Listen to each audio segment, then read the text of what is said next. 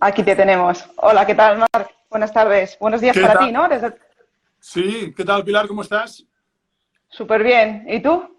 Pues bien, aquí en la normalidad esta ya, que parece que nos hemos olvidado cómo eran las cosas antes y disfrutando de cosas que antes no era más difícil. Ahora, la verdad, pasando mucho tiempo con los peques, participando mucho de su día a día y de su educación, todo y que son pequeños, pero disfrutando mucho de ellos, la verdad.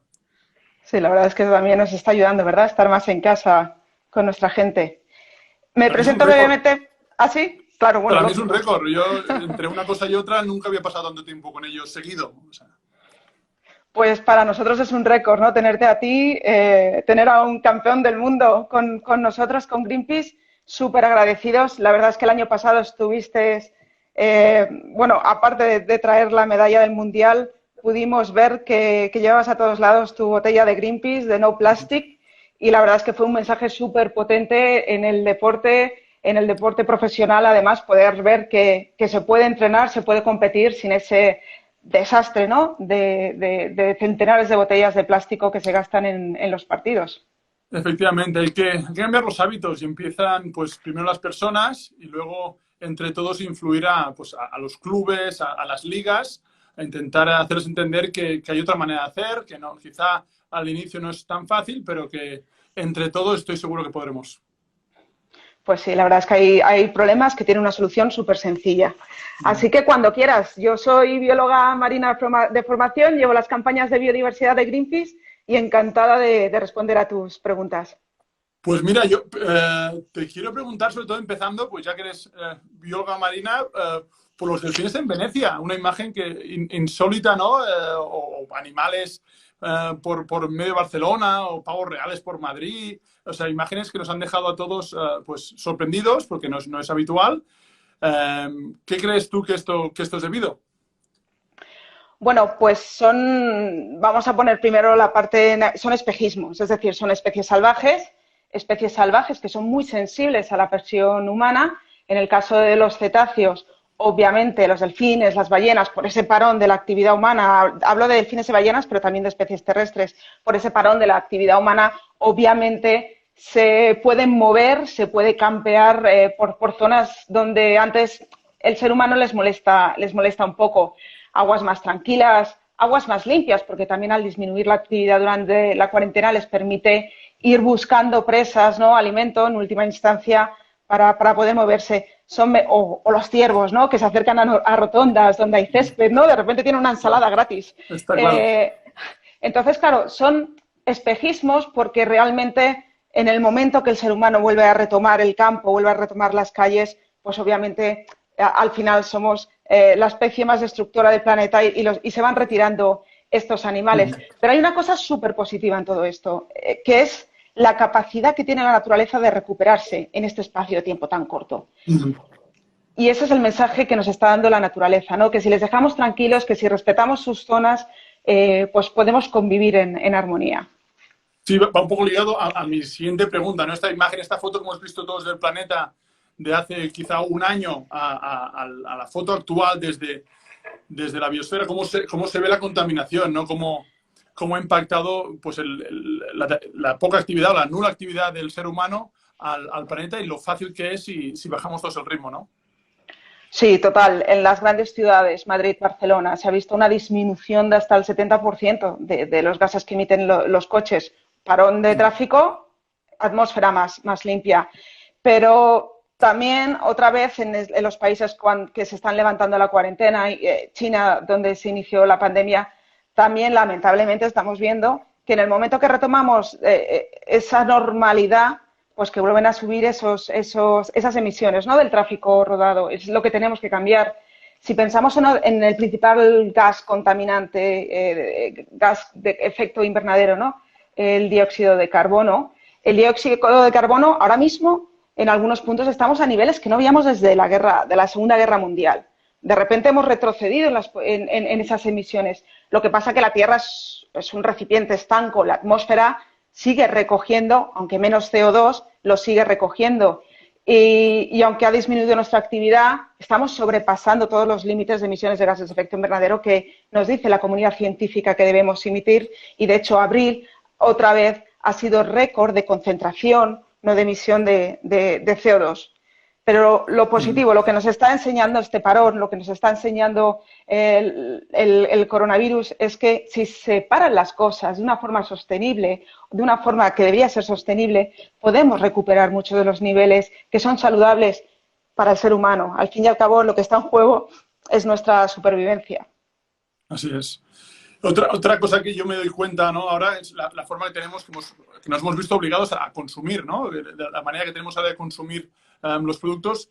Y si a veces ya se nos ponían los pelos de punta cuando íbamos al supermercado y veíamos una manzana envasada con plástico, pues ahora, ¿tú crees que con la crisis del coronavirus el consumo de plástico ha aumentado?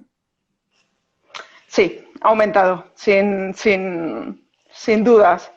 Primero, hay un uso necesario, incuestionable, que es el plástico sanitario. Durante los próximos meses y quizás años nos veamos obligados todos y todas a llevar mascarillas, a llevar de base plástica y a llevar guantes de látex. Esto es necesario, tenemos que seguir las indicaciones de las autoridades sanitarias porque el objetivo es frenar la propagación del virus. Esa es la realidad, la del plástico sanitario.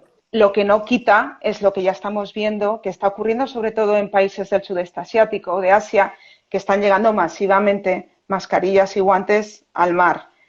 Quizás en los países del sudeste asiático el sistema de gestión de residuos no está tan optimizado como en otros países, como en la Unión Europea.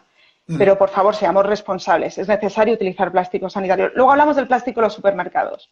Pero el plástico sanitario es necesario. Lo que no podemos ir haciendo es, como ya estamos viendo, en las periferias de los supermercados, en espacios naturales, que los tiramos alegremente. Eso no puede ocurrir. Y luego está el miedo lógico y necesario de que el coronavirus nos transmite. Entonces, las personas han acudido masivamente a supermercados, quizás y lamentablemente hemos olvidado a los pequeños productores, a los pequeños mercados, mercadillos sostenibles que tienen que estar ahí, que son además los que nos sostienen a nosotros de forma ecológica, sostenible y también los que sostienen nuestra tierra, nuestro campo y la famosa España vaciada. Lo que se tiende en los supermercados es a plastificar todo, a plastificar una manzana, a plastificar una mandarina, cuando realmente, según los estudios científicos, el coronavirus, la COVID-19, puede permanecer de 3 a 4 días en esas superficies plásticas. El gran consumo masivo, o sea, el viaje que hace una manzana plastificada por muchas manos, por muchas personas desde que salió del árbol, es mucho más grande la probabilidad de contagio cuando llega a un supermercado plastificado que si nosotros, como seguimos haciendo, como hiciste tú en el Mundial, vamos con nuestros recipientes y promocionamos el reuso de esos, porque al fin y al cabo los estamos desinfectando en nuestras casas. Entonces, por un lado, va a haber más esa parte del consumo de plástico sanitario, hay que ser muy coherente con su gestión, y por otro lado, hay plásticos que nos los meten directamente en vena y que no son necesarios porque la fruta y la verdura tienen sus propias fundas y nosotros podemos desinfectar y reutilizar envases sin mayor problema. Está claro, la responsabilidad pasa a ser un poco nuestra también, ¿no? De un cambio de hábitos. Creo que esto nos permite un poco hacer un reset de cómo nosotros consumimos. Entonces, si vas a un supermercado, pues puedes llevar tu recipiente propio, que puede ser de plástico, simplemente que no sea de un solo uso. Es reutilizar el mismo recipiente las máximas de veces posibles. Hay unos de silicona y de tela, hay muchas opciones, muy válidas todas, siempre que sean reusadas las máximas de veces posibles. Entonces, creo que nos da la oportunidad esto, ¿no? A reinventarnos de alguna manera y hacerlo bien. Sí, y además, efectivamente, esos no son necesarios. Otro de los problemas con los plásticos que estamos viendo de los no necesarios, y precisamente que estamos en casa, es el uso de toallitas húmedas que están con una base plástica, con una microfibra plástica. Si estamos en casa, para los niños, para las niñas, podemos utilizar desde el bidet, desde la ducha, pero no toallitas húmedas. Se ha duplicado el uso de toallitas húmedas. Las toallitas húmedas, aparte del coste económico, que es muy grande en los sistemas sanitarios, cuando utilizamos el váter como una papelera, además de ese colapso que crean, en última instancia, si no hay una buena gestión, se colapsan esos sistemas de evacuación, pueden llegar a la mar. Luego nos sorprendemos todas cuando vemos esos delfines varados, tortugas, con colapsos estomacales por plásticos. Lo que dices tú, somos nosotras los responsables de qué futuro queremos y qué tenemos que utilizar verdaderamente y qué es un elemento, ¿no?, creado por nuestra locura de consumir hasta morir, que no es necesario, que tiene consecuencias para el planeta además. Sí, muchas veces el falso eslogan de es biodegradable, sí, a lo mejor en 200 años va perdiendo un poco la forma y parece que desaparece, pero el daño que hace durante este tiempo es terrible. ¿Tú crees que de alguna manera el planeta nos está avisando, ¿no? Oye, me estáis maltratando y nos está poniendo un poco de forma dura, ¿no? En aviso, en alerta, ¿no? Sí, sí. El coronavirus es una alerta grande. Podemos hablar de la curva, ¿no?, de cómo aplanar la curva de la crisis ambiental y también muy parecida a la crisis sanitaria. Pero sí que es cierto que los estudios demuestran, de ese maltrato al planeta, demuestran que la propagación de enfermedades que se llaman zoonóticas, ¿no?, que tienen su origen en los animales, están muy relacionadas con el maltrato al planeta. La principal causa es la deforestación. Y además de la deforestación, quiero hablar del tráfico de especies y también de la ganadería industrial. La deforestación lo que permite es, sobre todo en los bosques tropicales, es que el ser humano acceda a especies, interaccione con especies incluso a veces desconocidas y que pasen a ser parte de consumo humano. Menos bosques significa más enfermedades, más pandemias. No lo dicen los pesados de los ecologistas que siempre dirán es que lo estáis inventando, lo está diciendo la Organización Mundial de la Salud. Y por eso es muy importante, y nos están dando un aviso, que tenemos que salvaguardar nuestros bosques primarios, no solo por la biodiversidad, no solo por lo que significan en la fotosíntesis, en la producción de oxígeno, pero también porque hay una relación directa en estas pandemias, estas enfermedades como el coronavirus, la coronavirus que tienen su origen en seres vivos. Y por otro lado, hablando de ese maltrato al planeta, otra vez en el sudeste asiático se llaman wet markets porque son con barcas y demás, pero en verdad son mercadillos donde se consume, se trafica ilegalmente, además, con especies como el pangolín, como el murciélago, vectores que se creen la causa y el origen del coronavirus. Si la Organización Mundial de la Salud, el Convenio de Biodiversidad Biológica de Naciones Unidas, de momento, además de recomendar que se paralicen esos mercados donde se trafican con especies salvajes, pide que se cierren ese comercio. En China, en Vietnam, las noticias positivas es que ya se han paralizado ese comercio de especies. Positivas, por un lado, para consumo humano, se han paralizado. Queda pendiente el uso medicinal. Muchos de estos animales, la medicina tradicional china los considera de uso para determinadas enfermedades y lo que sí que tenemos que hacer, por ejemplo, en la Unión Europea, es impedir que especies entren en nuestros mercados, ¿no?, si provienen de ese tráfico ilegal. Y por último, el vector, lo que está provocando esa deforestación en el 75-80% de los casos es la ganadería industrial. Se generan estos pastos para alimentar al ganado de forma intensiva. Esa acumulación, ese hacinamiento de animales también de la ganadería industrial está muy relacionado con enfermedades zoonóticas y, por tanto, nos tiene que servir esta pandemia para replantearnos el consumo de carne que necesitamos, cómo lo necesitamos y cuánto lo necesitamos. Son esos ejemplos, la deforestación, la ganadería industrial y el tráfico ilegal de especies, los que nos indica que nos pasa factura el maltrato a la naturaleza.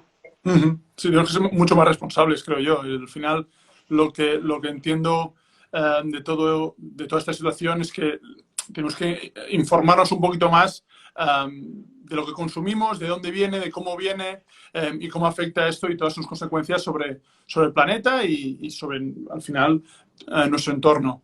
Ahora que parece que en España empieza el desconfinamiento, ¿no? Y que estamos en la fase cero y que parece que algunas comunidades empezarán a salir cada vez más. Desde Greenpeace, ¿vosotros qué medidas creéis que se deberían tomar en estas fases? Pues sí, está empezando el desconfinamiento. También tenemos que ser prudentes, ¿no? Porque tenemos como mucha ansiedad se está hablando ya incluso de pasado, ¿no? De la pandemia y con el esfuerzo que nos está costando la cuarentena, ¿no? Llevamos más de 50 días encerrados en España, pues sigamos manteniendo un poquito los niveles que nos van indicando las autoridades sanitarias para no hacer locuras. Me gusta mucho cuando en algunos mensajes por redes se dice no queremos volver a esa normalidad, porque esa normalidad no es la que entendemos nosotros, ¿no? Ese utilizar el coche todos los días para distancias cortas, el uso masivo de plásticos, la moda rápida, no es la normalidad la que tenemos que encontrar una nueva normalidad. Esa nueva normalidad tiene que primar poner a las personas y al planeta en el centro de las políticas. Se crean muchas disyuntivas, ¿no? Y son falsas disyuntivas, que no se puede crecer económicamente sin respetar el medio ambiente y sin respetar la salud de las personas. La disyuntiva aquí está en que se puede crecer económicamente respetando la salud y el planeta, o se puede crecer económicamente pensando en los intereses de unos pocos y unos pocos beneficios. Entonces, pensemos en esta nueva normalidad como una fórmula de abarcar un nuevo desarrollo económico verde.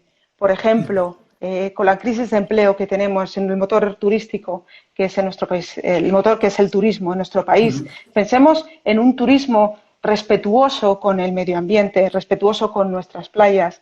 Pensemos en un empleo que prime a los que trabajan directamente de la tierra con sus manos, la agricultura sostenible. Financiemos y apoyemos con fiscalidad verde, los buenos ejemplos y que por fin quien contamine pague, porque así podemos generar una infraestructura económica en la que pongamos a las personas y al planeta en el centro. Por ejemplo, hablando de la transición energética necesaria para no tener esa curva de la crisis climática como la tenemos, hablan, y otra vez no son datos de los ecologistas, no son datos de Greenpeace, hay estudios que hablan de si hacemos una transición energética justa con las personas y el planeta, se podrían crear en nuestro país hasta 132.000 empleos. Ahí está la clave para esa desescalada, para esas nuevas fases, primando que el planeta no es nuestro, que somos unos invitados, que estamos de paso y que tenemos que crear una resiliencia, porque Naciones Unidas nos está alertando y dice que tenemos 10 años, casi ya menos de 10 años, para frenar las peores consecuencias del cambio climático. Es algo que nos está enseñando esta pandemia. Si queremos, podemos frenar y podemos actuar rápidamente para poder sobrevivir. Sí, ¿no? Y yo creo que la educación, y ves que la gente joven tiene esa curiosidad, esa necesidad, ¿no? de mejorar y sobre todo de hacer este planeta más sostenible, ¿no? Y si hacemos una economía también sostenible con esa mentalidad, sin duda que las cosas irán mucho mejor que hasta ahora. No sé, yo me gustaría escuchar de ti también un poco qué grandes lecciones nos deja, ¿no? De toda esta crisis del COVID-19 y cómo aprender y no cometer sobre todo errores del pasado.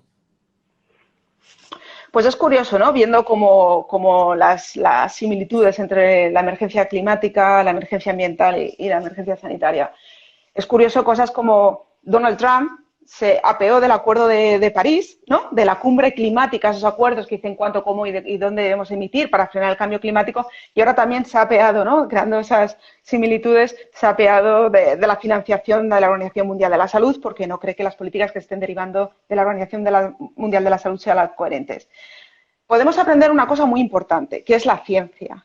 En el caso de esta pandemia, la ciencia iba alertando casi al mismo momento que se iban estableciendo las políticas, ¿no? Este es el contagio, este es el nivel de transmisión, las ruedas de prensa de la Organización Mundial de la Salud, actuar. En el caso de lo que podemos aprender es de la necesidad de hacer caso a la comunidad científica. En el caso de la crisis ambiental, tenemos todos los datos, la ciencia ya nos está alertando. Ojo, que si no dejamos de emitir, vamos a alcanzar temperaturas inviables en el sur de España para este determinado tiempo. Ojo, que si no dejamos de emitir, la subida del nivel del mar podrá afectar a Florida y podrá afectar a Holanda. Ahí es la gran lección. Hagamos caso a la comunidad científica y, sobre todo, lo importante es que si creamos acuerdos entre gobiernos, autoridades y personas, podemos estar como estamos, ¿no? En esta nave viajando durante muchos siglos. Sí, es espectacular. No. Voy a estar, Pilar, voy a estar preguntándote muchas más cosas. Es súper interesante, enriquecedor. Estoy seguro que toda la gente que nos está viendo hoy, casi 400 personas, estará disfrutando muchísimo. No sé, ya te digo, muchísimas gracias. No sé qué tienes, si tú tienes algo más que decirme a mí o a los oyentes.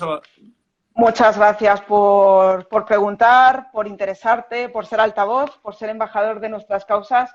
Es un honor y si quieres, tú te vas y seguro que la gente que nos está escuchando les apetece hacer alguna pregunta que se haya quedado en el candelero. Yo tengo algunas apuntadas porque ayer hicimos unas stories con preguntas, pero seguro que ahora veo alguna más. Así que, Marc, muchísimas gracias. Muchas gracias. Pilar, muchísimas gracias. Un placer. Hasta luego. Hasta luego. Bueno, pues como muchas gracias por seguir ahí. Voy a ver las preguntas que nos han llegado por las stories y voy a empezar con una que nos hace Eduardo. Dice, ¿creéis que los acuerdos europeos de reconstrucción verde tendrán un impacto real y útil? Bueno, como sabéis, la Unión Europea, nosotros como Estados miembros, marca las directrices a los países bajo acuerdo, lamentablemente, de todos los países de la Unión.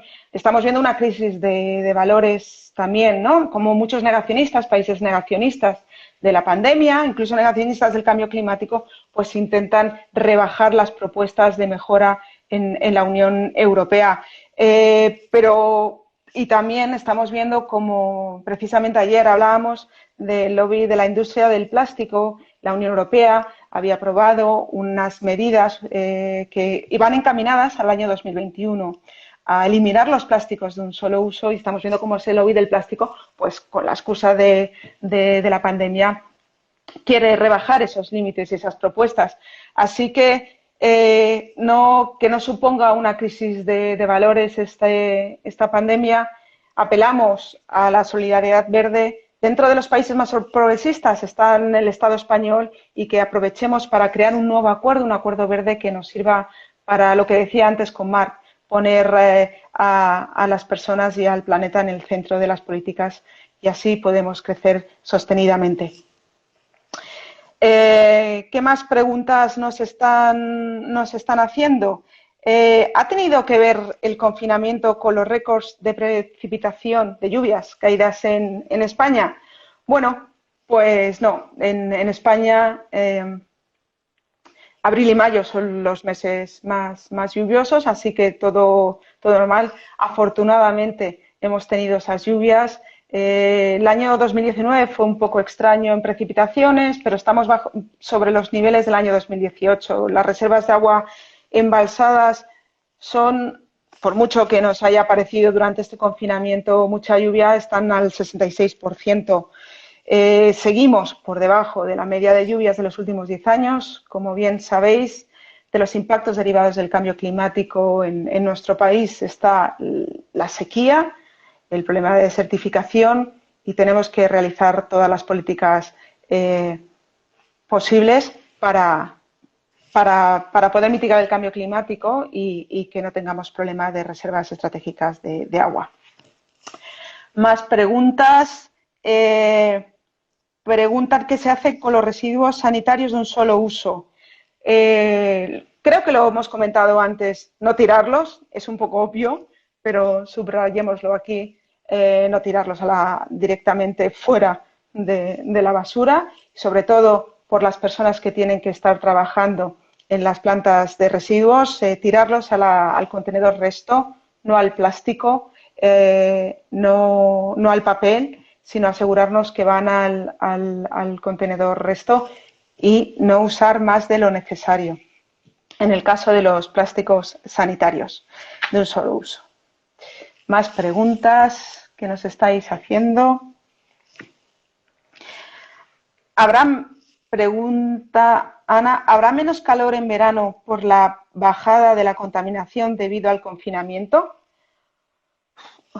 Ojalá, ojalá. Seguimos con los récords de temperaturas medias registradas. El año 2019 batimos los récords de esas temperaturas desde que se tienen los registros. En abril hemos visto cómo otra vez hemos alcanzado récords de temperatura. La capa de hielo marino, la marina, no la continental, tanto en el Ártico como en la Antártida, informa la NASA que se ha situado por debajo del promedio también en el mes de abril. Así que seguimos, como decía, han bajado las emisiones de CO2, pero las concentraciones siguen siendo de récord y ha sido de récord el mes de abril.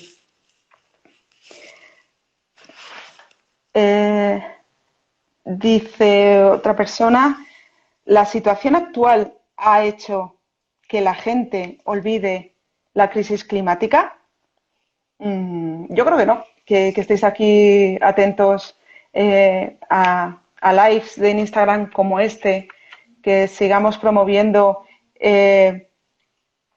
las políticas que tenemos que aprender de esta crisis para aplanar la curva de la crisis ambiental, igual que estamos siendo capaces de aplanar la curva de la crisis sanitaria, pues nos está haciendo, nos motiva, ¿no? Porque vemos elementos positivos de cómo bajar nuestro impacto. Preguntáis por ahí si se pueden hacer preguntas. Claro que se pueden hacer preguntas. Seguimos por aquí. Tengo además a una compañera que me va a ir pasando las preguntas que lleguen por el chat. Así que, por favor, hacer preguntas. Otra pregunta, Manuel. ¿Es verdad que se ha cerrado la capa de ozono del Polo Norte? Pues se ha cerrado un agujero, el agujero más grande de los que hay de la capa de ozono que está sobre el Ártico, informaba el sistema de observación Copérnico de la Unión Europea. Como sabéis, la capa de ozono lo que hace es frenar esa radiación ultravioleta que llega del Sol y que está además, pues, que se deriva en problemas de piel. Pero esta situación, este cierre de la capa, de ese agujero, de uno de los agujeros de la capa de ozono, del más grande, nada tiene que ver por el freno debido a la cuarentena debido a la coronavirus.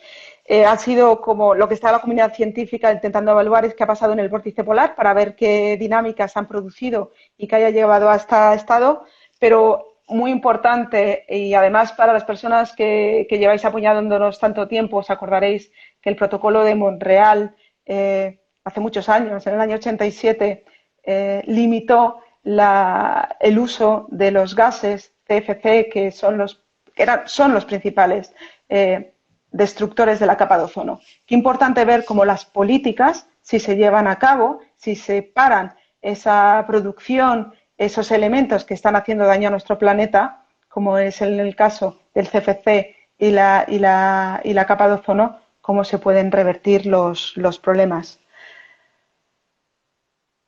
Luis ha preguntado ahora por el chat, ¿qué piensas de los microorganismos patógenos que pueden escapar del hielo debido al calentamiento global?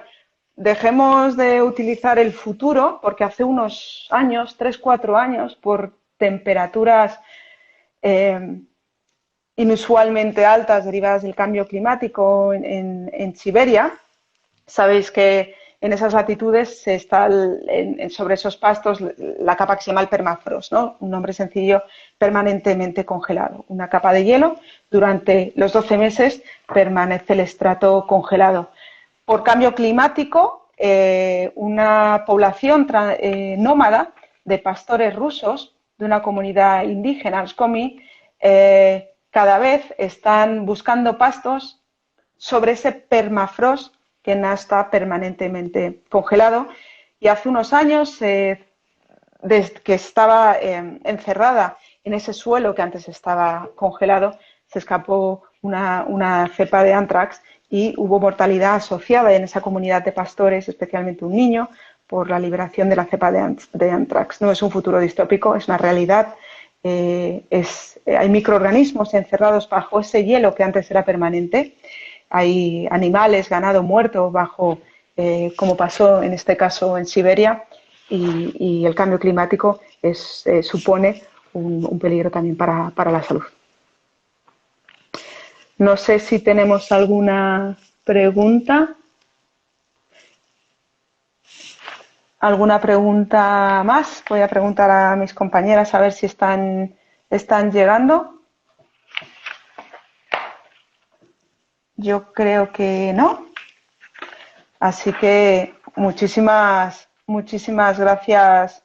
Mira, pregunta alguien más. Voy a aprovechar para hacer una pregunta más. Además de consumideras, ¿cómo podemos presionar para ser un país más sostenible?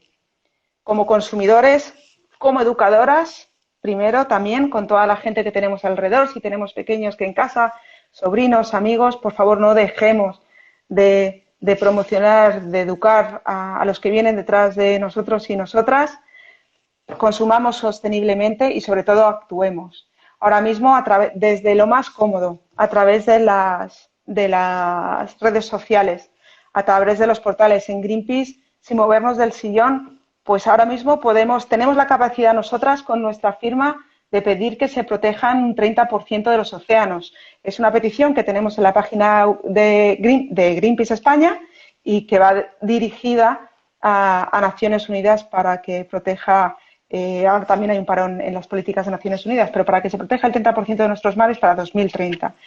A través del voluntariado, tenemos una plataforma, Greenwire, que te puedes unir en diferentes etapas y según la disponibilidad que tengas para poder tú, como voluntaria, ejercer esos cambios y estar actuando en las calles.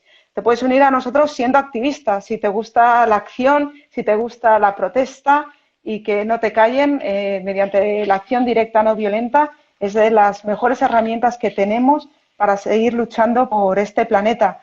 Y también con nuestro voto, también y con las políticas que pedimos a nuestros gobernantes en lo local, en lo regional, en lo estatal, podemos cambiar y exigir que se ponga por encima de los intereses económicos de unas pocas personas el planeta y la salud de todos nosotros.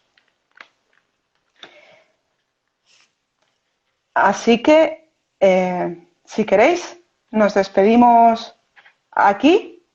Y de nuevo, muchísimas gracias, Marc, por estar con nosotras y a todos vosotros y vosotras por seguirnos y seguir buscando un mundo verde y en paz. Muchísimas gracias. Buena tarde.